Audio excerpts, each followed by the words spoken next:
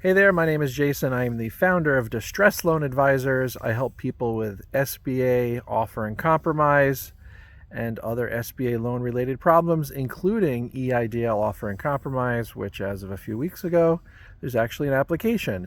If you want to reach me, there's a link in the notes for this video. Alternatively, if you just Google Distressed Loan Advisors Jason, my website will come right up. So today I want to talk about, when it comes to offer and compromise, the difference between can't pay and it would suck to pay. So a lot of people call me and they'll tell me about their situation, and quite frankly, their situation isn't that bad in terms of assets. And so what I mean by that is, let's say you owe $1 million and you say, Jason, I need some help. How do I get out of this? What are my options as far as this $1 million SBA loan that I have? And typically I'll say, okay, well, tell me a little bit about your assets and your income situation, because the amount that the SBA is willing to accept in terms of a settlement, it's directly related to your personal financial situation. So in other words, they're not looking for a set percentage. So they're not going to take 10% from everybody or 20% from everybody. It really does depend on your assets and your income. And so, people will call me and say, I owe $1 million, and I ask them about their assets and their income. They say, well, I make $500,000 a year. I've got $600,000 in investments. I've got 3 rental properties, cumulatively worth $1.5 million. But none of that has anything to do with my business. So how do I protect all that stuff? How do I avoid paying the SBA? And the answer is, you really can't.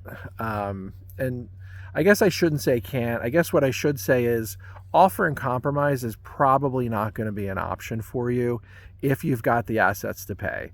And the line that I always use is, you have to remember there's a difference between can't pay and it would suck to pay. So offer and compromise is designed for situations where there is really no good alternatives for the SBA to collect from you. And so the amount that you're offering them really does represent the best recovery. So an example of that would be, let's say that same person who owned $1 million worked in the business.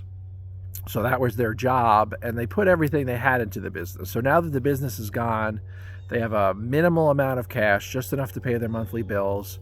They're currently unemployed. Like, that's somebody who qualifies for offer and compromise, because the SBA looks at their situation and says, we don't have anything. So, if your family is going to lend you $100,000, then no brainer, they'll take that deal. Now contrast that with the original guy that I talked about, where they got rental properties and they've got investments and all that stuff, and they're just kind of looking at it and saying, I worked so hard to save, all this money and buy all these properties, and now you're telling me I just have to liquidate it and give it all to the SBA? And I guess you don't have to, but they're not going to be willing to settle either. And so that's the difference between can't pay and it would suck to pay. The SBA, they're looking to do deals on people who can't pay.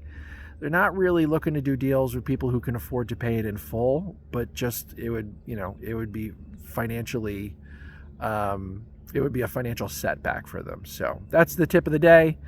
My website has over 200 articles. I've got a free EIDL audio course. I've got a premium audio course, and I do offer 30-minute case evaluations. Again, just Google Distress Loan Advisors Jason, and I will come right up. Thanks for checking in. We'll see you on the next one.